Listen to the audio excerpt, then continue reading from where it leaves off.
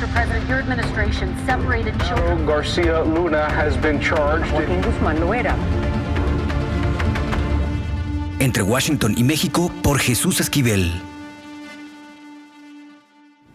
Esta es una producción de Fluxus Comunicaciones.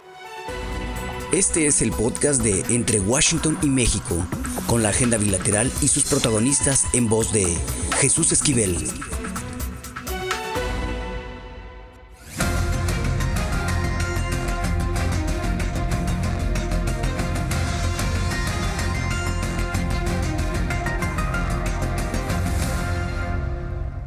¿Qué oles? Bienvenidos a Entre Washington y México, el podcast. Pues en pocas ocasiones tenemos la suerte de conseguir a Guillermo Arriaga, este mexicano, gran escritor y gente de cine que la verdad cada vez que saca algo nuevo nos sorprende y no abarcamos a entender de dónde saca tanto pegado a la realidad, y más ahora con esta última obra, El Hombre, de la editorial Penguin Random House con el sello Alfaguara. Vamos a platicar con él porque es un novelón. Mi querido Guillermo, gracias por regresar a Entre Washington y México. No, al contrario, te agradezco mucho a ti. Bueno, la primera pregunta que te quiero hacer es sobre un personaje de tu novela, Smithers. No sé por qué, pero lo relacioné con Donald Trump. ¿Qué nos dices al respecto? No es una relación con Donald Trump en ningún caso. Es algo que he venido yo escribiendo desde principios del año 2000, 2001, 2002. Entonces no es una referencia a Donald Trump. Lo que la novela quiere mostrar son dos formas de ver el capitalismo. Porque se está redefiniendo ahorita lo que significa democracia, lo que significa capitalismo. Y hay un capitalismo que ha buscado la expansión a través de globalizar la economía y a través de del uso de mano barata, ya sea a través de la migración o a través de transportar sus fábricas a otros países. Y hay una visión del capitalismo que quiere encerrarse más sobre sí mismo. Entonces, no es una visión de Donald Trump. Es más Pero se parece mucho el personaje, ¿eh? No creo. Creo que hay... En la ideología, por lo menos, ¿no? Racista, antiinmigrante, decidido a hacer lo que sea necesario para purgar a Estados Unidos de nosotros, los inmigrantes, ¿no? Te digo, no está inspirado en Donald Trump. Está inspirado en otros personajes a lo largo de la historia, pero no necesariamente en Donald Trump. Ahora, me parece que para explicar esto del capitalismo en Estados Unidos utilizas a Jack Barley, que se convierte en Henry Lloyd, un personaje que creo no solo demuestra que para llegar a amasar una fortuna histórica como la describes en la novela, es capaz de aprender cualquier cosa, un hombre inteligente, sino llegar al extremo. Y como en todas tus novelas anteriores, ese extremismo está: violencia, racismo, sexo, muerte, hasta cuestiones escatológicas, y ese amasijo me parece que pinta muy bien a este personaje, Henry Lloyd. Siempre eso es lo que te caracteriza, poder hilar estas historias para explicarnos cosas, sobre todo ahora de lo que nos hablas del capitalismo y la democracia en Estados Unidos. Mira, yo lo que quería era contar una historia. Siempre quise contar la historia de un hombre que forja un imperio y sin querer, que no fue una intención, se fue dibujando una historia sobre el origen del capitalismo, que no fue mi intención. Pero en el momento en que inventé un personaje que se llama Hubert McCaffrey, el doctor McCaffrey, doctor en historia de Harvard, un investigador muy serio, empieza a preguntarse desde la formación marxista. La formación marxista tiende a ver al capitalismo como sistémico, es un sistema que parece que se autorreproduce, pero no ha visto cómo los individuos forjaron el capitalismo, cómo los individuos forjaron el país más poderoso del mundo, ¿no? Tendemos a ver en la historia como si se hiciera por sí misma y no vemos siempre la parte individual, cómo un individuo es capaz de aprovechar toda una serie de ventajas históricas y coyunturales para crear un imperio. Ahora, también nos hablas en esta novela, ficción, de el arrebato del territorio mexicano por parte de los estadounidenses. Y ahí utilizas a dos personajes, José Sánchez, Rodrigo Sánchez, en donde pues amarras a uno en la lectura y ya quisiera uno saltarse los capítulos. José Sánchez, abuelo de Rodrigo y padre de Rodrigo, situaciones bastante complicadas de sangre, pero... Estás haciendo muchos spoilers ya. Pero es que no se puede uno aguantar las ganas de preguntarte mi querido Guillermo. Pero a ver, cuéntanos algo, sin dar muchos datos de estos personajes. A ver si Bruno nos edita eso, porque ya hiciste dos spoilers muy fuertes. Y la gente luego va a decir, no, pues ya para qué leo la novela. No, al contrario, creo que la van a leer más. No, mira, yo creo que no se ha hablado en la literatura mexicana sobre la pérdida del territorio en manos de Estados Unidos. Y si se ha hablado desde el punto de vista histórico, no desde el punto de vista humano. De qué sintió la gente de pronto de amanecer siendo parte de otro país. Porque no es como ahorita que la información es inmediata. Uh-huh. De pronto la información te llegaba cuando de pronto había gente extraña y te decían, pues ahora esto es Estados Unidos. Y yo sí quise ver cómo reaccionó la gente ante un hecho tan fuerte como perder tu identidad, perder tu patria, perder tu territorio, perder tu casa. ¿Qué sintió esa gente? Y cómo se movió y cómo se movieron más bien todas estas personas alrededor de ese hecho, ¿no? Porque no es fácil, no es fácil asumir que perteneces de pronto a otro país. O que te quedas sin país. O que te quedas sin país, porque hay un momento ahí que lo dice, apátridas no tenían un solo héroe, que no había esperanza. Hubo gente que lo supo manejar muy bien. Yo conozco a varios uh-huh. que lo supieron manejar de una manera extraordinaria. Y hay gente que sí no pudo con el paquete. He conocido los dos lados del mexicano que sí se terminó adaptando a las nuevas condiciones, al mexicano que renunció a ser estadounidense y siguió manteniendo su identidad como mexicano a pesar de las generaciones que han transcurrido. Ahora, para no dar más datos y interesar a quien nos escucha en comprar y leer tu novela, hablas de la esclavitud y hay unos personajes muy interesantes. Sobre todo Jeremiah y James, dos personajes que me parecen muy importantes. Y Virginia, que aunque no es afroamericana o negra, ella narra esta esclavitud que se vivía en las épocas que tú escribes. No sé, no me parece correcto, pero me gustaría que nos dijeras por qué esta parte de la esclavitud no tan cruel, en algunas partes sí la describes, pero muy en general, pues ya conocemos tanto de eso en los Estados Unidos, pero los mezclas con los mexicanos al final. Cuéntanos un poco de estos personajes.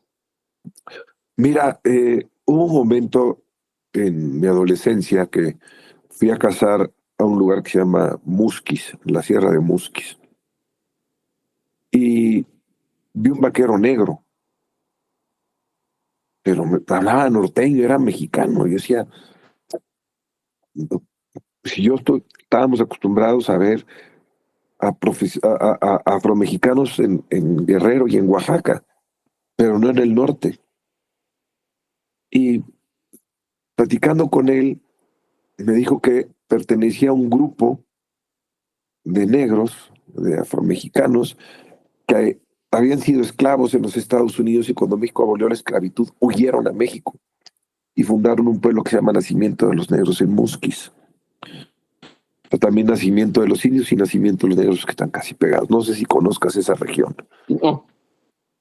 Y me pareció sumamente interesante explorar el mundo africano, afroamericano y afromexicano en la consolidación de este país y cómo intervinieron de alguna manera. No se ha hablado de eso. Ahora, la novela es una ucronía. Uh-huh. No estoy diciendo que esto sucedió. Bueno, claro, por eso dije ficción. Es una ficción, absoluta ficción, ¿no? Pero en esta ficción me interesaba ver cómo tratarme yo de explicar estos mundos diversos que suceden en la frontera.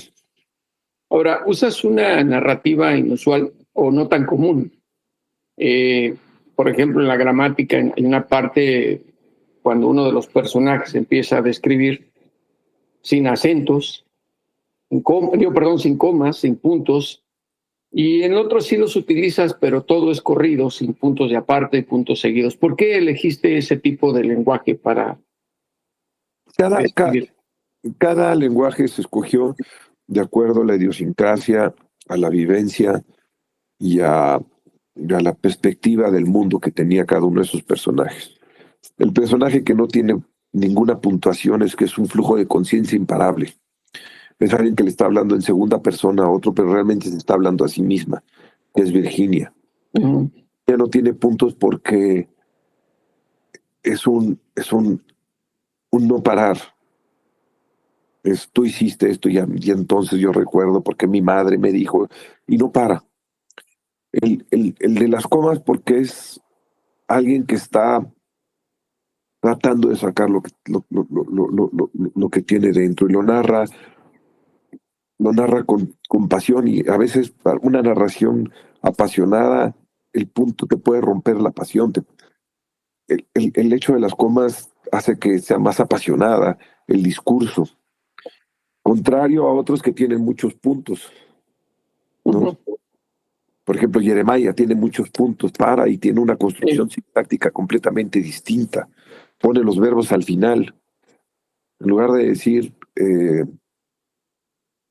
vamos a ir pronto a la tienda, es a la tienda pronto a ir vamos.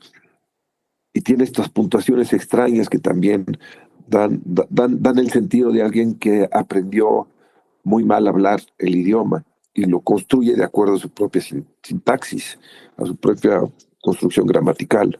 Entonces cada personaje tiene un lenguaje distinto para que también el lector cuando lea sepa solo con el principio del lenguaje quién está hablando. Y ahora haces algo que a mí me gustó mucho, la transferencia o este paso de generaciones de capitales en Estados Unidos, desde que fueron de una manera burdos, creados a base de la esclavitud, a base del abuso, de la violencia, lo que quieras, hasta llegar a un personaje descendiente del primero que estoy hablando, que ya es más estético, pero al mismo tiempo cae en el extremismo que hay, en las situaciones que hay en la actualidad. ¿Por qué lo quisiste expresar así o cuál fue tu intención? Aunque me parece que yo lo entiendo, pero es correcto que tú no lo digas para no balconear más esta gran novela.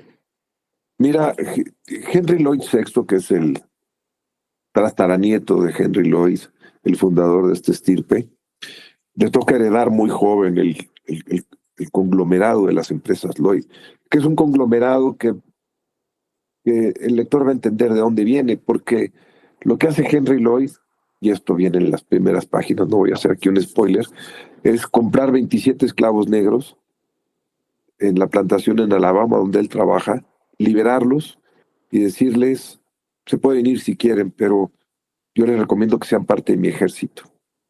Y con ese ejército de esclavos manumisos, invade los terrenos, los ranchos de los mexicanos que se quedaron del lado de Estados Unidos y que de alguna manera quedaron apátridas, desprotegidos. Roba 18 propiedades, despoja 18 propiedades, y en esas propiedades pues no solamente hay ganado, sino poco tiempo después descubren gas, petróleo, plata. Gracias a las grandes extensiones de terreno puede fundar una compañía ferroviaria, y esto pues, es un imperio que explota. Ya solo con el petróleo tenían, con el carbón también encuentran carbón, encuentran hasta fósiles de dinosaurios que luego venden en los ranchos que eran de los mexicanos. Entonces, de ser un varón del ganado, como les llamaban en aquel entonces, a cattle baron, se convierte en un magnate del petróleo y en un magnate de las minas y en un magnate ferroviario. Y muy inteligentemente crea una base de legitimidad. Henry Lloyd, el primer Henry Lloyd, que es, le quita terreno a los propietarios de los ranchos, a los grandes latifundistas, pero reparte una porción de esas propiedades a los mexicanos pobres. Entonces va creando una base de legitimidad. No simplemente arrasa, sino entiende que tiene que crear una base de legitimidad.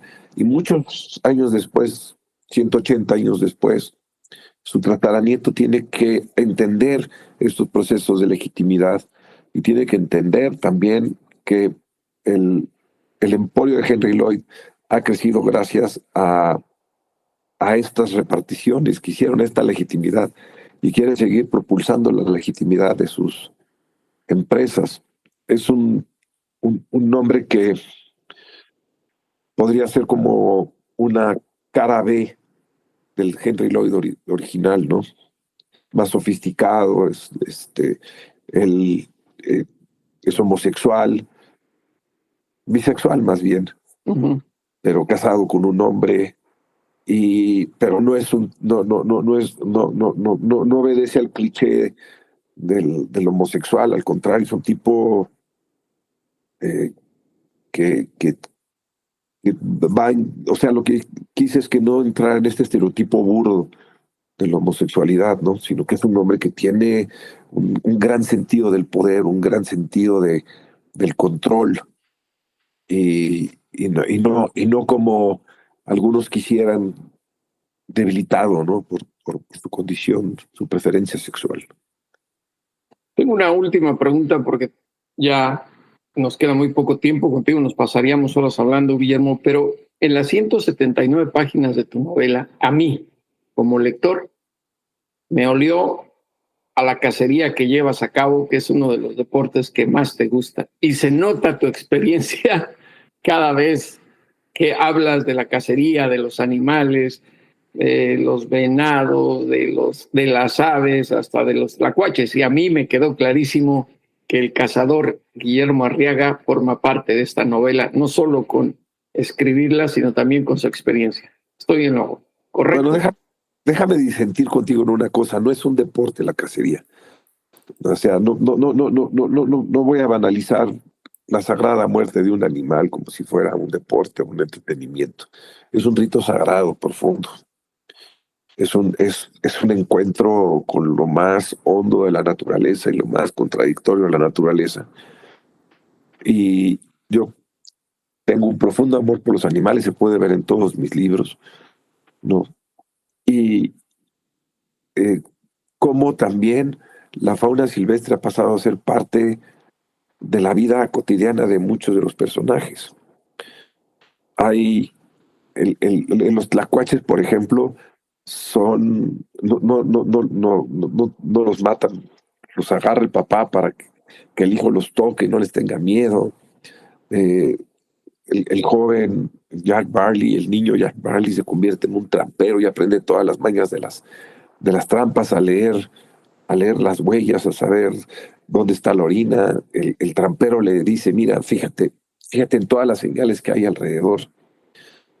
Y casi todos mis personajes en toda mi obra se comportan como cazadores, cacen o no cacen animales, sino la actitud que tienen frente a la vida es una actitud de un cazador. Y bueno, yo les recomiendo a quienes nos escuchan en Estados Unidos y en México que se pongan bien de cazadores, porque hay que leer a esta presa que se llama El hombre de Guillermo Arriaga, una gran novela. Guillermo, muchas gracias por estos minutos en Entre Washington y México. Al contrario, te mando un gran abrazo a ti y a tus oyentes. En Mint by Fluxus producimos publicidad en video para redes sociales. Contenido fresco, eficiente y con una alta calidad, desarrollada 100% con nativos digitales. Impulsa tu marca. Visítanos en fluxus.com.mx. Bueno, y como en cada episodio, ya está aquí Jorge Sánchez con Deporteando con mi George.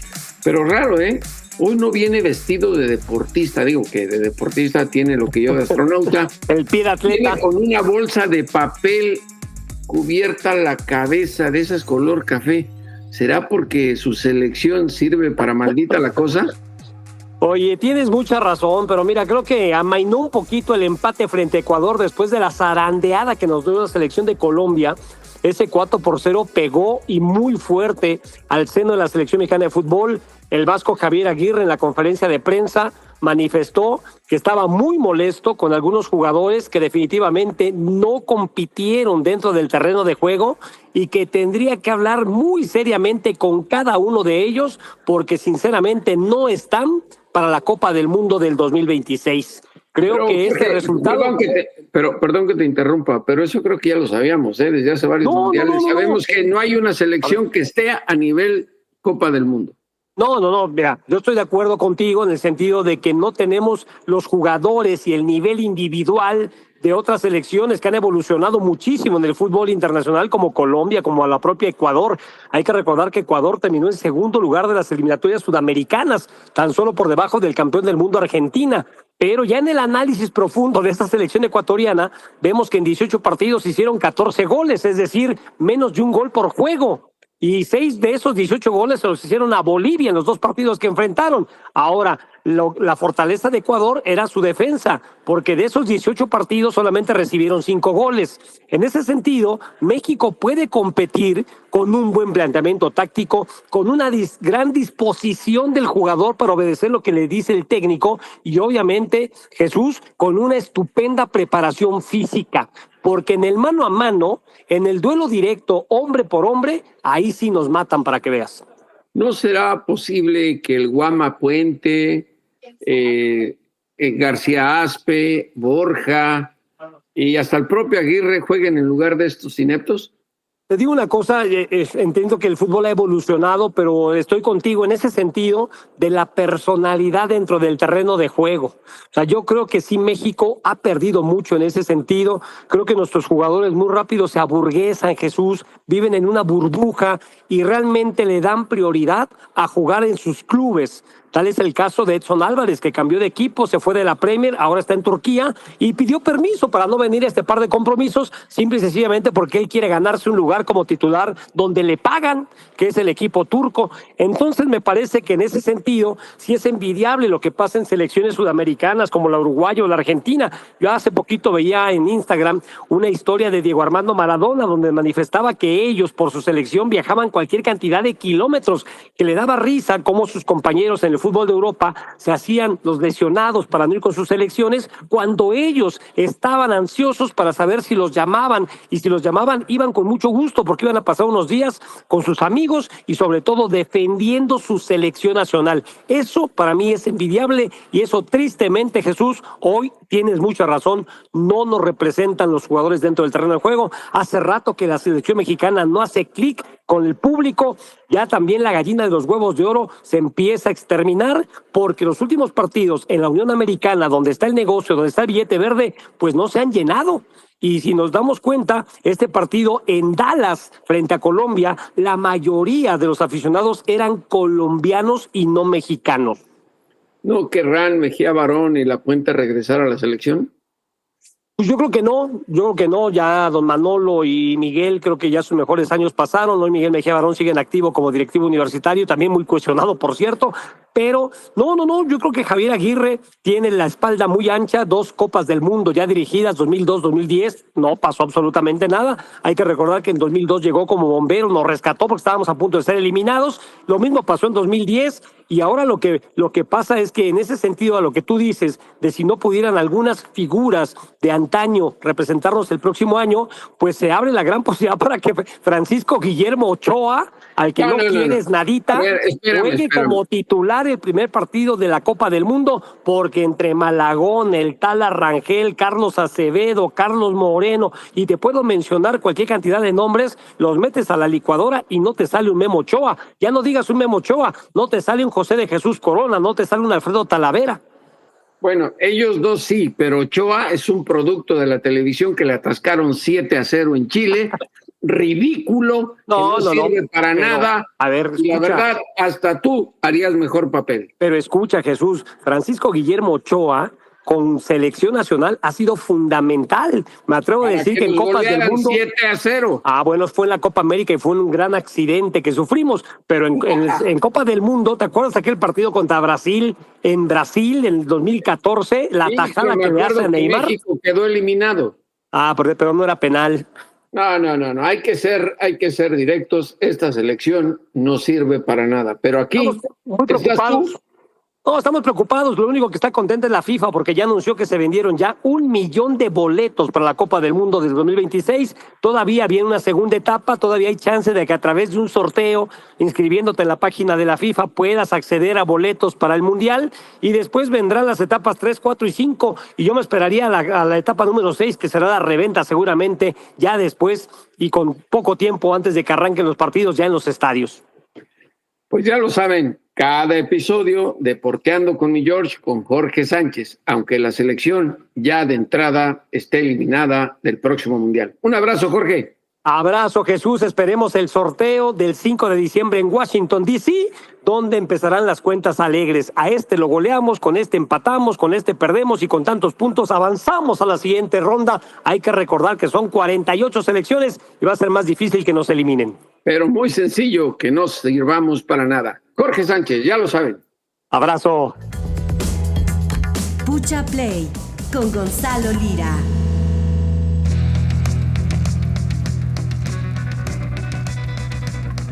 Y sin las recomendaciones de Gonzalo Lira Galván en Pucha Play, este podcast no sería Entre Washington y México. ¿Qué nos tienes, mi querido Gonzalo?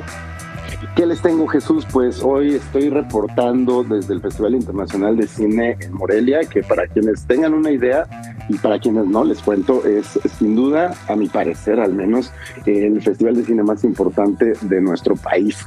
Tenemos festivales como el de Guadalajara, del cual ya hemos platicado, que también tiene su relevancia, y muchos otros más. Sin embargo, creo que este festival se ha caracterizado por ser al menos uno de los más pues conocidos de entrada por la gente en México, pero también a nivel internacional, el trabajo que ha hecho durante más de 2 décadas Daniela Michel en este festival, creo que la ha llevado a ser reconocida por la Orden de las Artes en Francia, siempre está de visita en festivales como el Festival de Cannes, donde es muy amiga del director Thierry Frémaux, y pues grandes estrellas han desfilado por aquí. Quentin Tarantino ha estado de este lado. Este año, por ejemplo, está Juliette Binoche, Jodie Foster.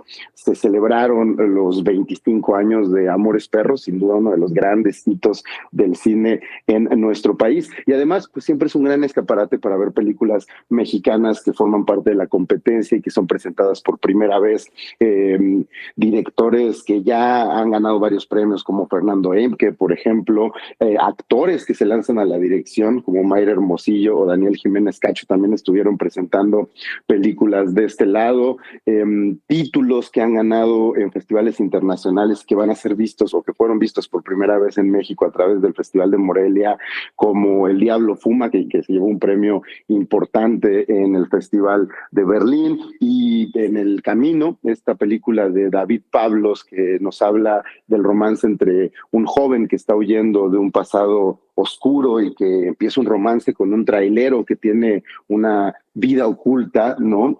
También lo podemos ver por acá. Esa película se llevó el premio a mejor película de la sección Horizontes en el Festival de Venecia apenas hace unos meses. Es decir, se trata de un festival que sin duda pues pone el ojo y pone el dedo en qué es lo que está pasando en la cinematografía a nivel global y a nivel nacional también. Y fíjate, Jesús, que tuve la oportunidad de platicar pues con varias personas aquí en este festival, pero me gustaría destacar 3 entrevistas y vamos a ver si nos da el tiempo de escucharlas las 3. La primera con el director Oliver Laxe, un director franco-español que presentó la película Sirat, una historia sobre un hombre que está en busca de su hija desaparecida. Ella desapareció durante una fiesta rave y entonces él se lanza a una de estas fiestas junto con su hijo más pequeño a buscar a su hija.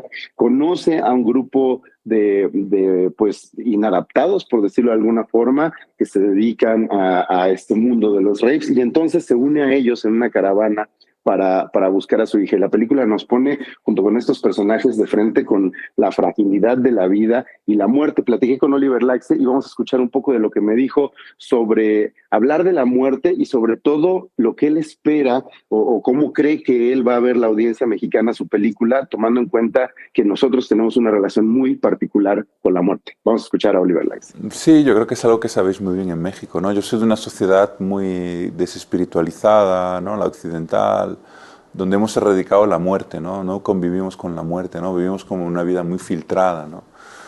Y eso nos hace más inmaduros y más infantiles, ¿no? Y con menos capacidad para la aceptación y el desapego. Y bueno, creo que efectivamente a los personajes de Sirat las curvas del viaje les hace mirar adentro, les hace crecer y les hace tener al final más serenidad, ¿no? Bueno, pues ahí lo tienes, Jesús, una película que la gente va a poder ver a principios del próximo año, que sin duda yo la veo postulándose en la próxima temporada de premios. Es la película que eligió España para representarles rumbo al premio Oscar y los premios Globos de Oro, también los premios BAFTA. Entonces vamos a ver cómo le va. Sirat, sin duda es algo que no se pueden perder. Otra película que se presentó aquí en el Festival de Cine y que me parece que es muy oportuna para los tiempos que estamos viviendo, es una película dirigida por una mujer llamada Cherien Davis. Ella es una palestina americana que nació en Estados Unidos, pero que tiene una fuerte relación con el país de origen de su familia, con Palestina, y que nos cuenta la historia de diferentes generaciones de personas palestinas desde 1948, cuando sabemos que empiezan los conflictos entre Israel y Palestina que derivaron en el genocidio que sin duda se está llevando a cabo mientras tú y yo estamos hablando de este tema, y que hay quien se lo adjudica a los últimos 2 años, ¿no? A partir del ataque del grupo terrorista de Hamas, aquel 7 de octubre de 2023, pero que sabemos que ha sido solo el pretexto para una limpieza étnica aborrecible. La película se llama Lo que queda de ti, y te digo, nos va contando la historia de una familia a lo largo de diferentes generaciones, lo cual nos da un contexto que yo pocas veces había visto con tanta destreza en el cine, para entender, ¿no?, dónde surge este problema, hasta dónde ha llegado y las consecuencias que tienen las personas. Y hablando de esas consecuencias, platiqué con Cherien Davis, la directora, y esto fue lo que me contó sobre su experiencia como una mujer palestina americana que de alguna forma tuvo que regresar al país de origen de sus familiares para filmar esta película, donde sin duda fue muy complicado e incluso fue prácticamente imposible rodar. Vamos a escuchar. Yo nunca he podido irme a vivir a Palestina. Quisiera vivir ahí, y he pasado tiempo ahí. Aunque irme involucraría mucho dolor y dificultad. Incluso trabajar ahí es complicado. Cuesta moverse de un lugar a otro entre los checkpoints, ser acosada. He tenido ataques de ansiedad al no saber si me permitirán entrar al país. He sido detenida e interrogada. Pienso con frecuencia que nunca se me ha permitido regresar al lugar del que soy originalmente. Pues muy interesante, sobre todo porque pone el dedo en la llaga de lo que está ocurriendo en esa región. ¿Y cuál es el tercer punto que nos vas a hablar de las recomendaciones de lo que está ocurriendo ahí en Morelia? Pues mira, también tuve la oportunidad de sentarme a platicar con Stellan Skarsgård, actor sueco que durante muchos años hemos visto en diferentes producciones de diferentes partes del mundo. Mucha gente en la actualidad lo reconoce por su trabajo en Duna, por ejemplo, por su trabajo en Andor, esta serie de Star Wars con Diego Luna, pero bueno, él ha trabajado con Lars von Trier, ha hecho películas emblemáticas en su país como Insomnia, y aquí vino a presentar una película que se llama Sentimental Value, Valor Sentimental, que ya también pronto estará en las carteleras y en las plataformas. La historia, al igual un poco que la que hablábamos hace rato, la película Palestina, la historia de una familia y de la casa de esta familia y cómo esta casa de alguna forma representa a la estructura familiar con sus cimientos, con sus grietas, con sus secretos, con sus fantasmas, el regreso de un padre director de cine que utiliza su profesión para de alguna forma chantajear o tratar de acercarse a una hija actriz, y hablé con Stellan Skarsgård y esto fue lo que me contó sobre esta alusión que se hace a la familia a través de la casa en la que habitan. Vamos a escuchar a Stellan Skarsgård. La casa tiene muchas funciones. Te da un punto de vista de todas estas relaciones y de esta familia a través del tiempo, de cómo las heridas familiares siguen sangrando, porque las heredamos de otras generaciones. Me pareció muy inteligente la metáfora de la casa. Pues ahí está, Jesús, todas estas películas, también la película que ganó Mejor Director y Mejor Actor en el Festival de Cannes, El Agente Secreto, una película brasileña formidable, se pudieron ver por acá. Me faltaría tiempo, palabras y saliva para terminar de decir todo lo que se pudo ver y lo que quedó pendiente de ver en el Festival de Cine de Morelia. Sin embargo, creo que como cada año no dejó nada que desear para la cinefilia nacional y pues ya estaremos hablando con el paso de los meses de otras cosas que vimos por acá conforme se vayan lanzando en los cines o en las plataformas. Y bueno, lo importante es que nos traes esto que creo, bajo tu perspectiva, son de las cosas sobresalientes que ocurren en estos festivales de cine. Ya lo saben, aquí en Entre Washington y México, cada semana Gonzalo Lira Galván con Pucha Play. Un abrazo, Gonzalo. Otro para ti, Jesús. Y ahora sí, a los criminales y a los políticos, por favor, devuélvanos al México que nos arrebataron. Hasta la próxima, aquí en Entre Washington y México, el podcast. Esto fue Entre Washington y México, una revisión semanal por la agenda bilateral y sus protagonistas.